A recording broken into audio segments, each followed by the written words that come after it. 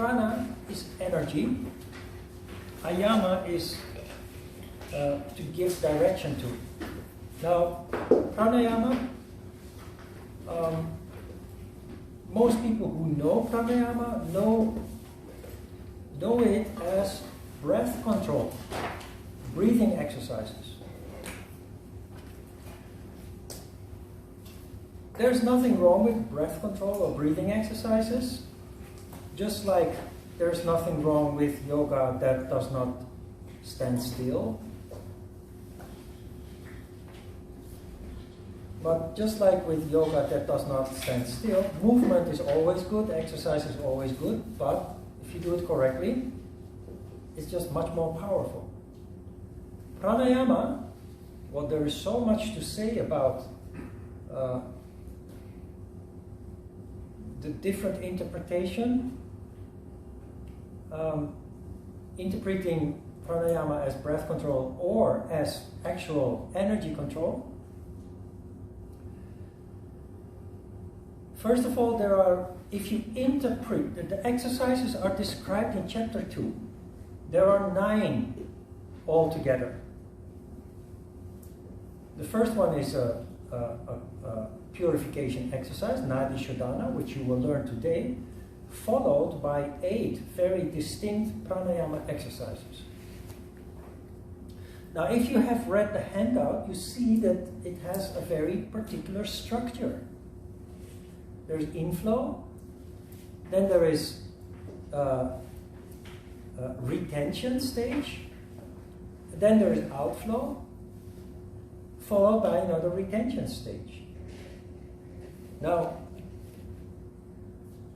if you interpret this as breathing, you already immediately get stuck here. There are simply so many inconsistencies that you should ask yourself, what is not correct here? Why is this not working? If you have practiced yoga including breath control, you have probably learned only 1 or maybe 2 different kind of breathing exercises.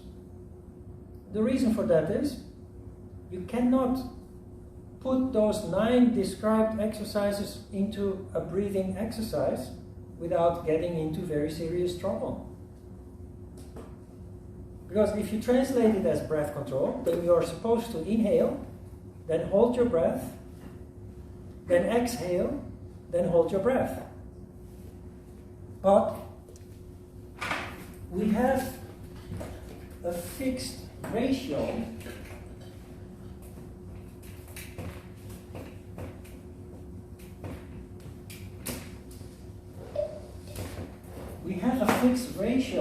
of 1, 4, 2, 4. This is the ratio, but the beginning count is based on this ratio, is inflow of energy for 12 counts. So 12 times 4, that means 48 retention.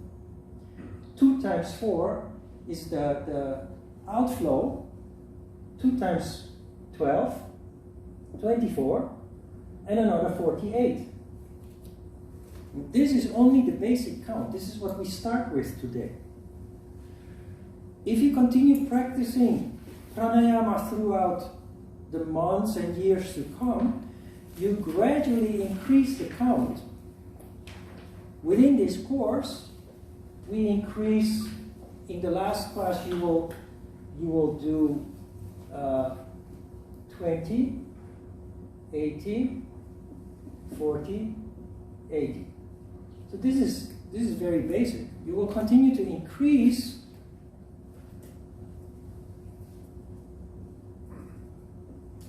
This is the ultimate count. Wait.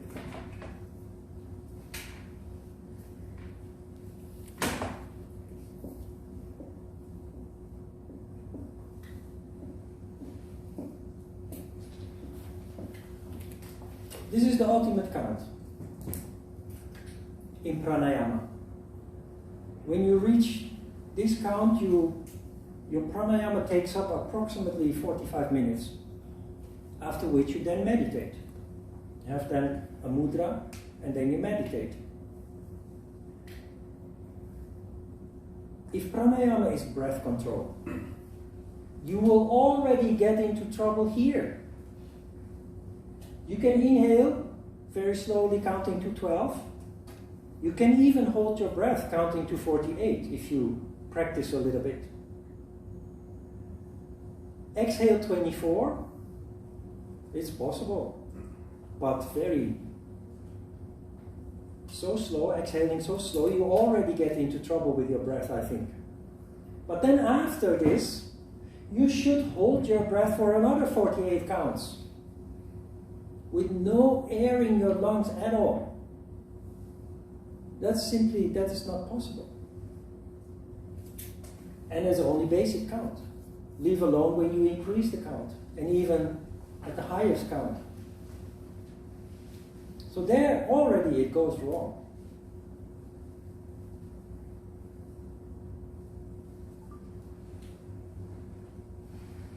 I would say, if you try to do this as a breath control, you will die. Nobody can hold their breath so long. Then the count also, you don't count with seconds. To have the maximum effect of your pranayama exercise, you count very slowly.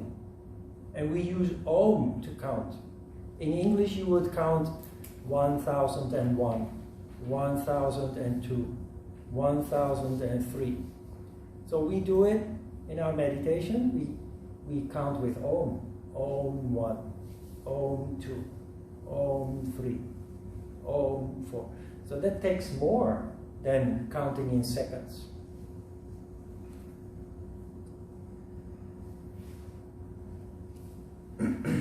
If you do it in this way and you do it as energy control, all the exercises described in this book can be performed without any problem at all. So that is the practical part. Breathing exercises are healthy. It's good for your lungs. It's good for the muscles in the chest and the what do you call the diaphragm. It increases the level of oxygen in your blood, and breathing can even make you calm, mentally calm when you're upset. There's nothing wrong with breathing exercises, but the pranayama exercises described in this book, they each change your energy condition. There are exercises that increase overall level of energy, both Shiva and Shakti, for people who are low on energy. After Nadi Shodhana Pranayama, which is a purification exercise, the first two exercises that you learn are typically increasing the level of Shakti.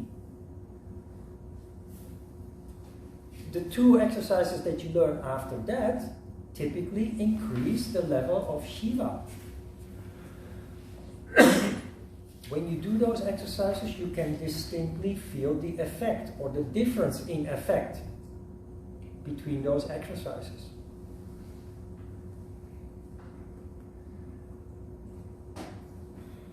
Each of the exercise also has a description of the improvements you can expect, the diseases that can be treated with it. If you do it as breath control, which already is impossible, so you have to, when you learn Nadi Shodhana Pranayama, for example, some people do that. You know how Nadi Shodhana is done? Like this. But there is no retention stage. So you just throw out the parts that are physically impossible because you get in trouble with your breath, and you just focus on the parts that are practically possible. But it goes wrong there. Even if you do breathing exercises, the improvements that are given here do not actually occur. And we have experience with past students who actually found a cure in pranayama, especially where it came to chronic diseases. The first time that it really became clear to me was when I had my studio in Itaewon, and I was visited by a yoga teacher. And she said, I read your website and I'm very interested in your yoga. And she explained why. She was born missing one vertebra in her lower back. And as a result of that, she developed a very serious skin disease. She called it atopy. The first time that she came, she was wearing a turtleneck in the summer. It was bloody hot. She was wearing a turtleneck. Her whole body full of rashes and very itchy. And she said, I was born with this condition, and my family, they suffered all my life. My brother and my parents suffered because I couldn't sleep a whole night, ever.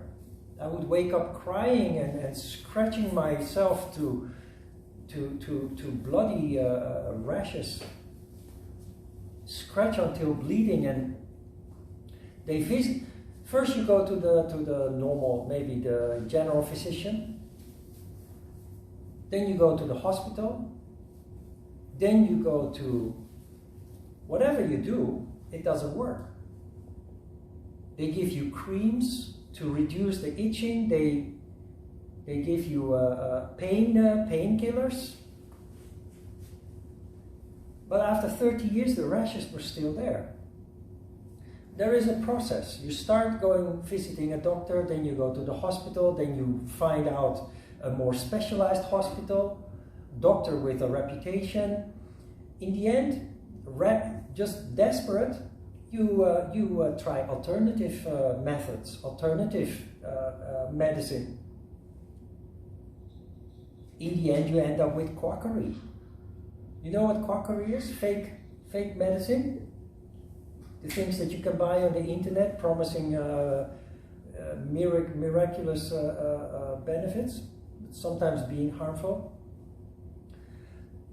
She ended up eventually practicing yoga. She discovered yoga, and reading about it, she felt, intuitively, she felt this might be the answer. So she started practicing, and she did experience a little improvement, but very marginal. But the improvement nevertheless, so she became very dedicated to practicing yoga every day. By default, she became a teacher because she was so good at it, practicing every day. By default, she became a teacher. And intuitively, she felt there must be something there, but she had not been able to find it until she read our website and thought, maybe this. It was just another step in that process of hundreds of things that she tried, and she hoped maybe to find something there, a magic wand. So having heard her story and trying to assess her condition, I thought that she needed Ujjayi Pranayama. Ujjayi Pranayama is an exercise where you increase both Shiva and Shakti energy. The girl, because of the one of the vertebra missing in the lower back, the energy circulation seems to be obstructed. She was very lethargic. She was almost like as if drugged, as if she was smoking marijuana. Very low on energy, overall lack of energy. then skin diseases, chronic diseases, generally are caused by an overall lack of energy. Not just Shiva, not just Shakti, but both. So she joined the teacher training course, this course, and I taught her before all the other students. Immediately the first day, I taught her Nadi Shodhana Pranayama, and after practicing that for a couple of weeks every day, I taught her Ujjayi Pranayama. The rashes reduced considerably. She stopped wearing turtlenecks because the skin became more and more clean. And one day she came to me and she said, Ron, I have to convey the gratitude from my mom. My mom said, you must thank your teacher, because for the first time in her existence, they were able to just sleep one whole night without being disturbed by her pain. Now the thing is, the condition is structural because that energy circulation is obstructed by that missing vertebra, which means she has to continue practicing. The moment she stops practicing, the rashes come back. So it's not cured, but it's for more than 90% reduced to the point that no creams and painkillers and other medicine is necessary anymore, but she has to keep practicing. That is a blessing in disguise, I think. Another example is a Vietnamese lady who, in her early 30s, was suffering from a debilitating form of rheumatism to the spine. Not in other parts of the body, but as particularly the spine. Much more painful, much more serious than the atopy, although you cannot diminish that either. And she, in the same way that the other lady with the atopy had followed the whole process of going from one doctor to another and trying one therapy after another, she ended up practicing yoga also and finding at least some relief, because you practice yoga regularly, you keep the spine mobile and flexible. But she told me she just hated to go to bed at night. And when she said that, I scratched my head and I said, how does it work? You hate to go to bed at night? Because actually that is the time when you don't have to feel the pain when you sleep. Then she said, I know, but the point is I don't want to go to bed at night because I don't want to wake up the next morning with all the pain and quite tragic. She was a young mom, 3 children, with a busy diplomat husband, and just drugged. The only way to deal with her pain was heavy painkillers. So she, like the other lady, she ended up intuitively feeling maybe there is something there that I need to explore. The same story, rheumatism, like skin disease and other chronic diseases, is also caused by a lack of both energies. She was very dark, very depressed, very gloomy, you could feel the lack of energy, like the girl with the atopy. So I did the same with her. She joined the course very eagerly, and from the beginning I taught her the pranayama exercises long before the other students learned it. And you know, this dark, depressed little mouse became the biggest comedian in the class. she was very grumpy, very moody, and she ended up pranking me and just fooling around and joking, and such a total transformation. Still, she's in Norway now, but I still have contact with her, and it just totally changed her life. Not only because she's not suffering from the pain anymore, but those heavy painkillers are, they just destroy your life also. So she's not using painkillers, and same story as with the atopy. Anytime she loses the discipline to practice yoga, the pain comes back, which automatically prompts her to go back to her yoga mat and start practicing again. But it is the pranayama particularly that provided the cure. Both of them had been practicing eagerly because they did feel some relief for several years, fairly regularly on a daily basis. But it is the pranayama that really brought solace, that really considerably reduced. It didn't cure it completely, but they could toss out all the chemicals, the medicine, etc. They could enjoy a reasonable, comfortable life with well-being, sense of well-being, which they lacked for all those years that they were suffering. And it affected all the people around them. So that is pranayama. You know, when you're very healthy, it's difficult to find discipline to practice every day. But when you are sick and everything you try doesn't work, and you find something that does, even though you have to do effort for it, it's not something that you can just swallow, drink, or eat in the form of medicine or a cream that you can put on your skin. You will practice twice a day.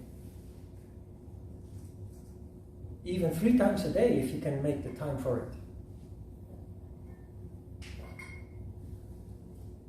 What I'm trying to say is, if you are healthy, you are blessed. And in spite of that, do try to practice on a regular basis. Because even when you're healthy, I'm very healthy.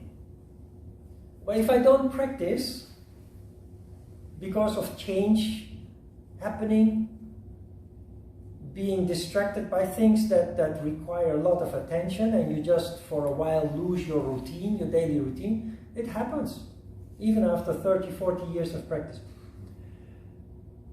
But I always have to come back to my mat, because I don't feel the same if I don't practice. You recognize it? Even if you are very healthy, you can even improve and feel better and healthier on top of that.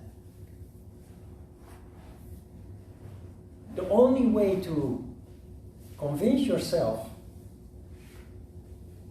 for the need of this discipline is to give it the benefit of the doubt. At least for 2-3 weeks, try to practice every day. And then just see how it makes a difference.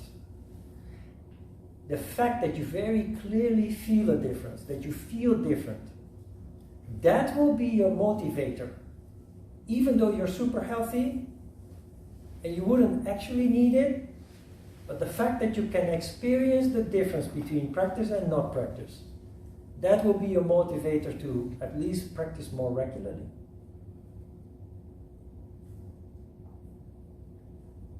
So please, this is adult education. I'm not going to say you must practice every day 1 hour or so, but please try it out. At least give it the benefit of the doubt. Not for me, but for yourself. Okay, pranayama You can read those 2 pages, but it's actually better to start with the text in the Hatha Yoga Pradipika, chapter 2, Sutra 1. You will see that what is described in the handout is actually covering what the Hatha Yoga Pradipika is telling us. Sutra 1. The yogin, having perfected themselves in the asanas, should practice pranayama according to the instructions of the guru, with your senses under control, conforming to a beneficial and moderate diet. Having perfected yourself in asanas, it's chapter 1. When we're done with the introduction of pranayama, we will go to the beginning of the book, chapter 1. But technically, we have laid the foundation starting from lesson 1 up until now, the introduction of pranayama. So in practice, without reading the book, we have basically covered chapter 1. So we started reconditioning ourselves, practicing asana. And this sutra, remember also when we introduced Kriya in Sutra 2021, that said, okay, you've come this far, but if your condition is not good yet to practice pranayama, then let's first have a look at those Kriyas, remember? So we did Kriya, now we go back to before Kriya, introduction of pranayama. Assuming that your practice up until now has led to a more energetic condition. Svatmarama says, okay, you laid the foundation with asana, you're not done yet, because now you are ready for pranayama. The senses under control is your ability to concentrate. Remember Trataka, the 2 Kriya exercises that are designed to become first aware of Ajna Chakra, where thought control is located, and then to use the power of thought to concentrate your energy. Right? Remember that? So senses under control means the ability to concentrate, meditate, because this is a concentration exercise. Without concentration, energy doesn't move.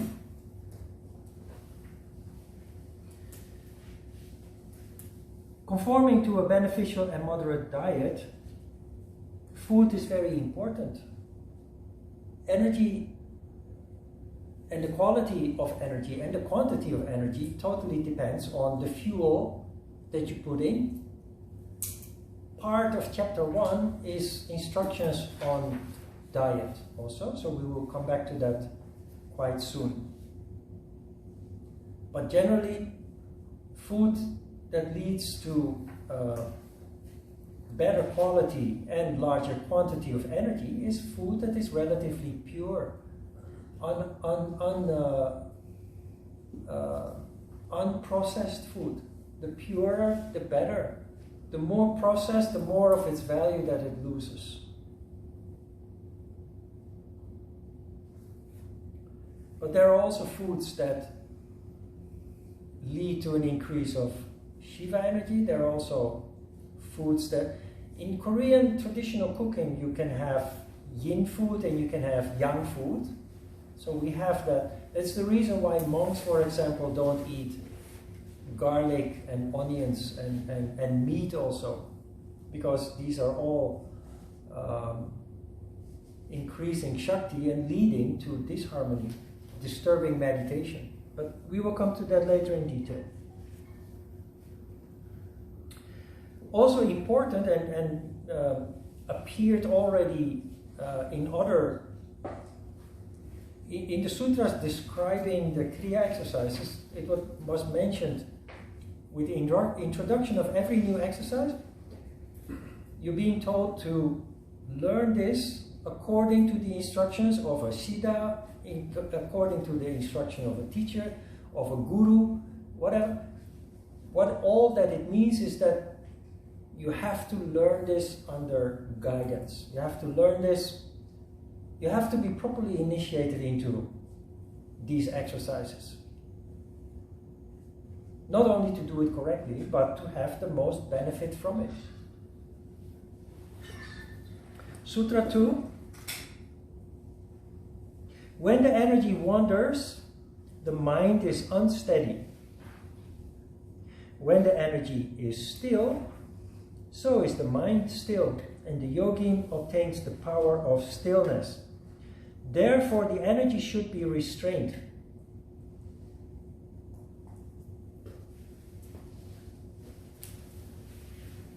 The knife cuts both ways.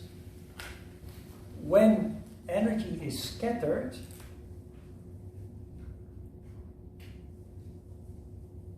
the mind is also ineffective. You're not able to focus, you're not able to concentrate. When energy is controlled, you notice this already when you practice asana, which leads to energy becoming calmer. You feel literally calmer when you practice asana correctly, standing still. As a result of that new condition, you're more focused when you do something that requires concentration. Mindfulness automatically enters into your functioning as a result of not only pranayama, but already starting when you practice asana, standing still. It works the other way around also. If the mind is restless, it causes scattering of energy. If energy is scattered, it causes a restless mind. That's why I said the knife cut both ways. So you can quieten the restlessness, the scattering of energy, through the discipline of practice. And energy is only as effective as it is concentrated. To understand that principle, I gave you the example of a laser beam.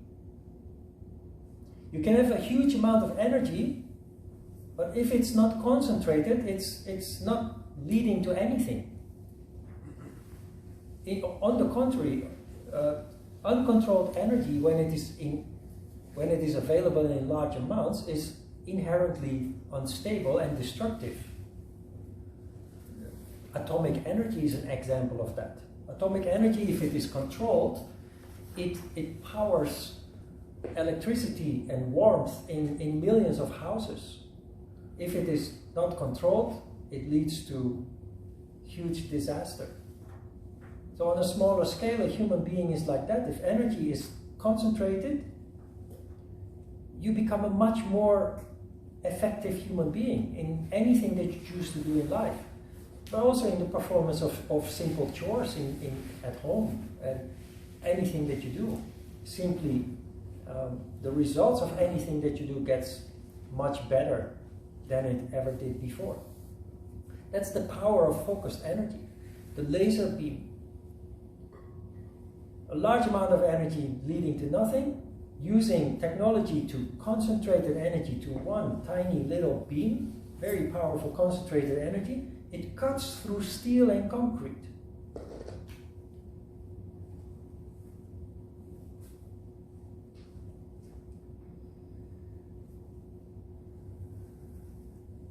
For us, the important development that takes place is, of course, energy rising up and manifesting characteristics that otherwise remain dormant.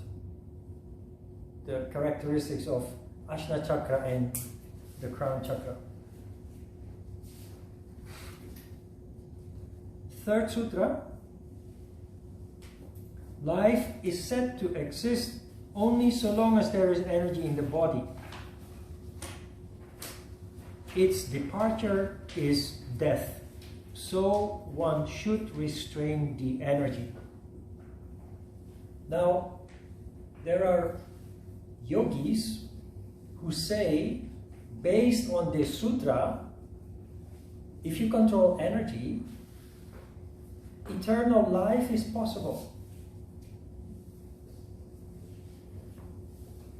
But that is only if you take the text literally and you don't understand the symbolism here. Because the word death in yoga texts is not referring to physical death generally. It is referring to tamas. It is referring to the condition where there is energy, but it is lacking vitality. If you look at Oriental medicine, Chinese medicine traditional, Korean traditional medicine, Japanese, but also if you look at yoga texts, it's all about not just energy, but vital energy. In Korean you call it ki energy. In Chinese you call it chi energy. So there's a big difference between energy and vital energy. And just merely existing, that is the condition they refer in this text to as death. So not physical death.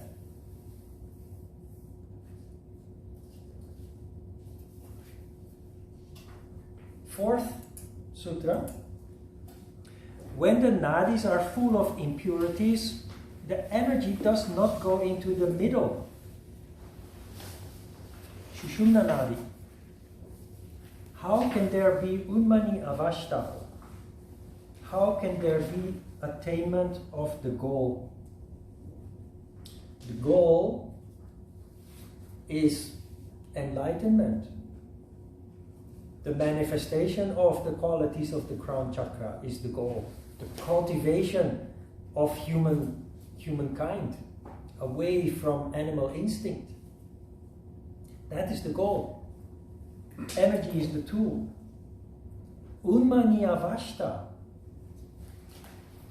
Unmani is the mantra associated with the crown chakra. Remember, all the chakras have a mantra associated with them. They are all one syllable mantra, except the one for the crown chakra. That is Unmani. When you sing Unmani, it's a little bit on a high tone. Unmani. So what this means in this text simply is that all the effort that you do, asana, pranayama, energy control, it leads to the manifestation of the crown chakra. This sutra asks the rhetorical question.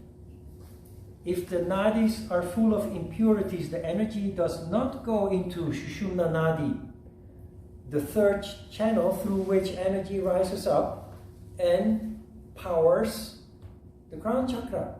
How can there be Unmani avashta means how can there be manifestation of the crown chakra? The nadis are the energy channels. Then energy channels have a tendency to be obstructed by impurities. We call that impurities. What are those impurities and where do they come from? They are impressions that we have gathered since we were born. So impurities really are memories that are stored. They are not stored in your brain. We think that memory is in the brain. But the real memory is in the energy channels. If you have experienced abuse in your life, you don't have a blockage in Ajna chakra in your brain or in your heart chakra in your chest. You have a blockage in Muladhara chakra. There is fear, there is sexuality, it's all located there. So if you have medical issues resulting or caused by abuse, it will be on that level of Muladhara chakra, which shows that memory is not in the brain, because then you would have the problem there, the medical problem. It's located in the energy channels.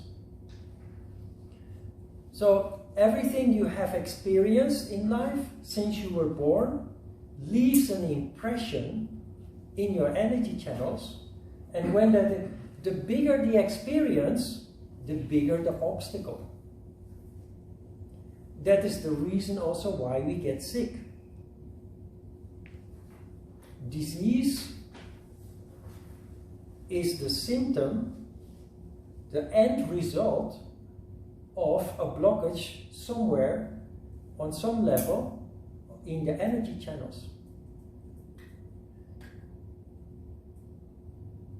So the first thing we need to do is to purify the nadis, the energy channels. Therefore, the first exercise that we learned today is called Nadi Shodhana. Nadi, energy channel, Shodhana, purifying.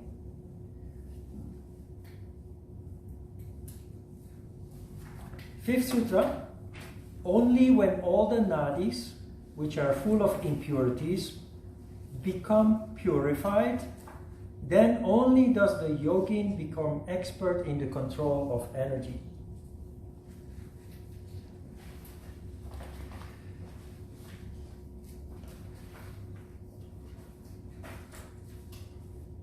We talked before the break, or before asana, we talked about past experiences and circumstances determining people's life, people's destiny. That is because of those memories being stored in your energy channels. And they keep rising to the surface of your consciousness every time when energy is accelerated. And that is keeping you imprisoned in that memory, in that emotion. So imagine that those obstacles, as a result of your yoga practice, become smaller, reduced. The natural consequence of that reduction of obstacle means also that that memory will rise to the surface of your consciousness less frequently than before. And that is how you liberate yourself from your past and your past experiences. And that is also what enables you, regardless of your past and your circumstances, to focus on yourself and your future or your destiny, rather than being distracted and disturbed by the past. So that is what impurities are practically here. Sutra 6.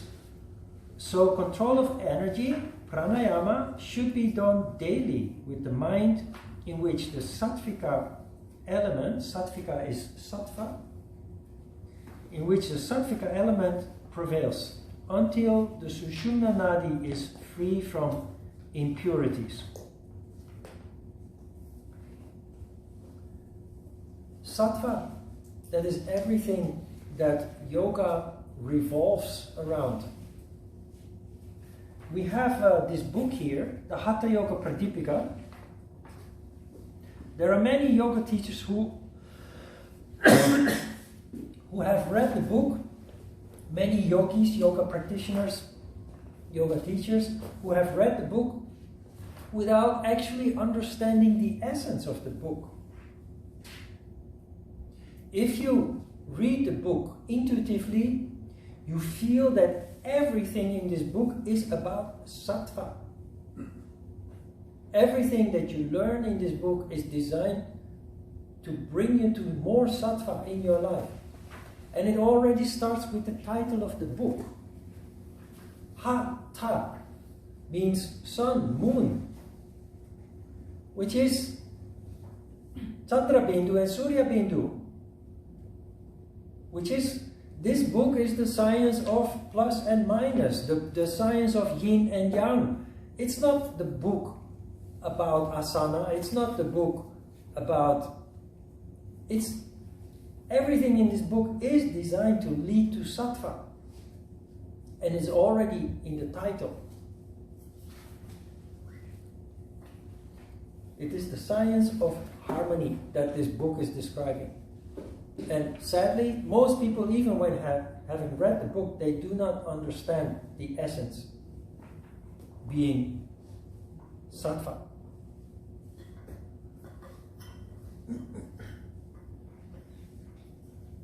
Sutra 7.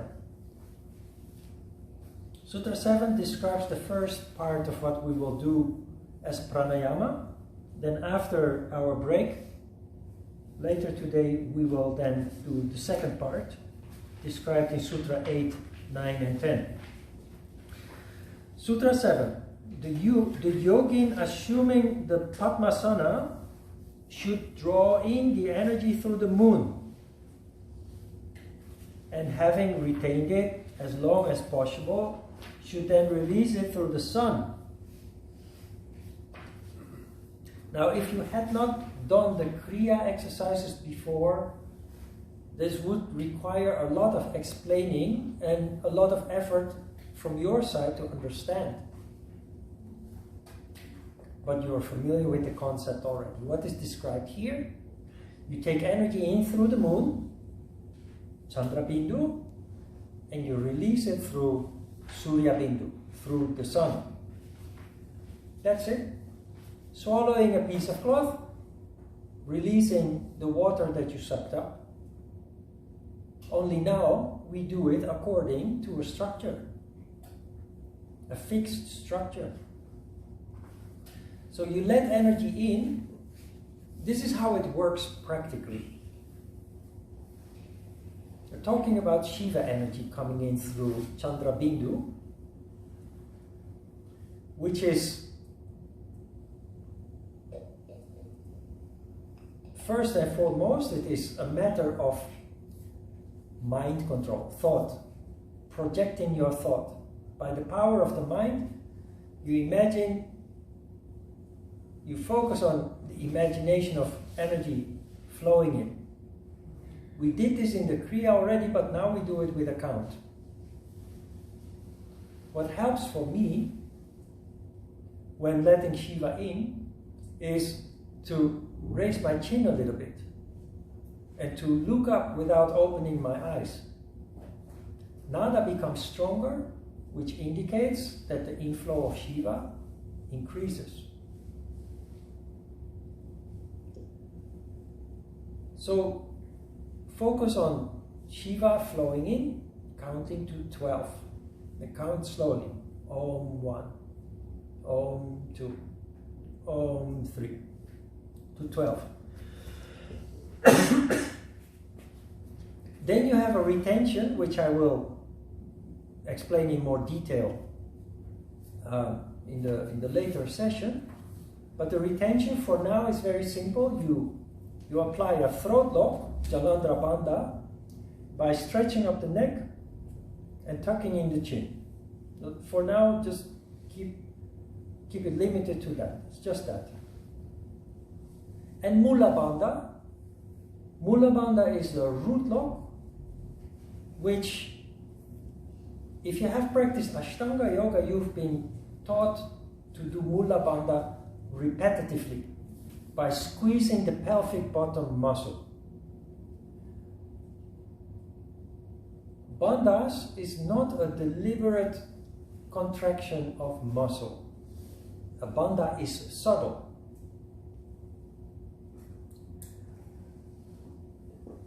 Last week I mentioned that when you concentrate, when your centered in Ajna Chakra, that you naturally become straight. You know what happens when you become straight? The muscles engage, including the neck, stretching up. So Jalandhara Bandha is happening naturally. If you meditate properly, concentrating, using the power of thought, you naturally straighten up. The throat lock and the root lock naturally engage. It's not a gross engagement of muscle, it's a subtle engagement of muscle. So no need to deliberately squeeze the pelvic bottom muscle, because when you sit on your cushion and you erect, the pelvis tilts and the pelvic bottom muscle engages, but in a subtle way. That in itself is Mula Bandha. You really don't have to think too much about the bandha. Some people make a lot of much ado about nothing, so to speak, because human beings want to understand things on a gross level. It must be palpable, it must be perceivable, perceptible. But there are many things in yoga that are subtle, and you really don't have to pay too much attention to it, because it's already happening before you even realize it. So, be convinced that when you do the second phase, that the bandhas are already in place before you even realize it. Simply concentrate on nada. Feel that the body straightens up, and that is a signal for you to understand that the bandhas are actually engaged. And if you need more concrete evidence, then simply observe. Notice that the neck is indeed straighter and that indeed the muscles are gently engaged. Notice that the muscles in and around the hips, all of them, not only the pelvic bottom muscle, is gently engaged. It's a gentle engagement that you otherwise don't notice if you don't particularly pay attention to it. So you only have to do that once to be convinced that it's actually happening. And then for the rest you can just focus on the exercise you have at hand. Shiva in, counting to 48. And then Shiva out, counting to 24. Shiva out, I told you when letting Shiva in, I look up a little bit. Shiva out is like going to the toilet. Remember Vashti? You suck up water and then you expel it. It's like expelling water in Vashti, that you let Shiva out through Surya Bindu. Letting Shiva in is mostly a matter of surrender. Simply letting it happen is the easy part. Letting it out requires the use of willpower. That explains why the stage of energy expulsion is twice as long as taking it in. Outflow is twice as long as inflow, and the reason for that is it takes more effort. Then the next question is, why is the retention stage even longer than that? 4 times as long as inflow and twice as long as outflow. That is because the retention stage is the most important stage. When you do asana, you engage, you stand still, but physically engaged, then you come back. And maybe you remember that I explained that the little rest that you take after the exercise is actually more important than the exercise itself. The exercise is important because it's the trigger, But if you don't take a moment of standing still, of rest, the effect of the trigger cannot settle down. So you have the same principle here. You move energy in the first stage and in the third stage, so that is a trigger, that is important. But more important is that you take time to allow it to settle down. And that is what you do counting to 48, both after the inflow and after the outflow. Yeah? That explains why we have the ratio of 1, 4, 2, 4. Okay, that's what we're gonna try to do. First time is always a little bit difficult, it's new. There are various elements involved that we need to pay attention to. But rest assured that if you do this a couple of times, it becomes intuitive, it becomes natural.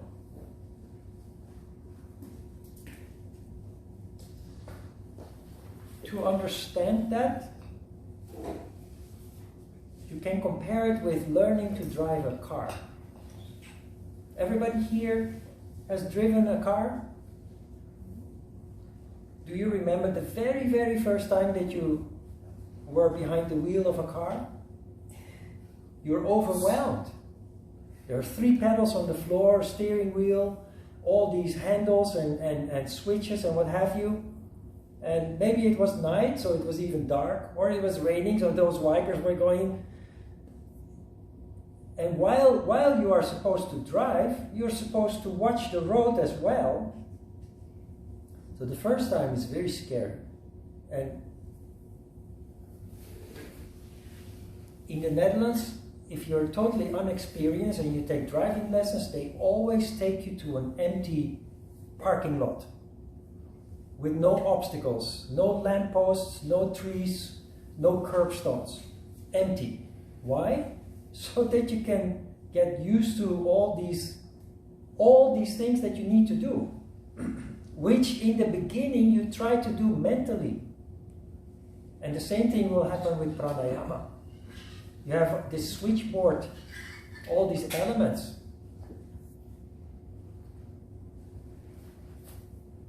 After driving a couple of times in an empty parking lot, being sure that you can keep your eyes on the road and not distracted by the pedals and the switches and the handles anymore, then it's time to learn to drive on a real road with other traffic.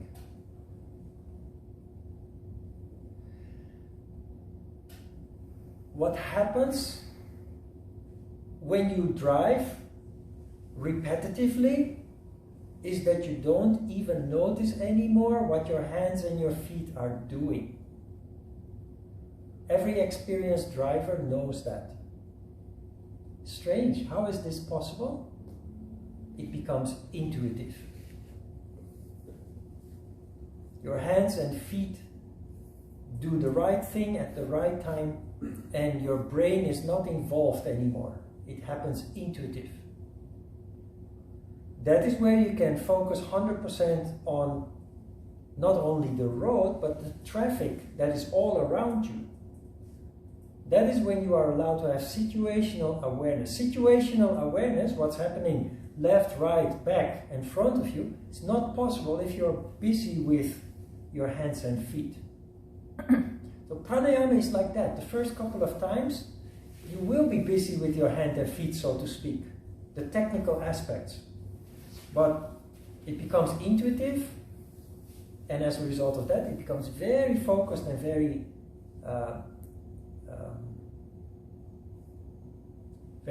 focused and it becomes intuitive. You become, you're not distracted anymore by the various steps that you need to take, and you don't have to think anymore, like with driving a car. Okay? Let's give it a try. The best way to approach it.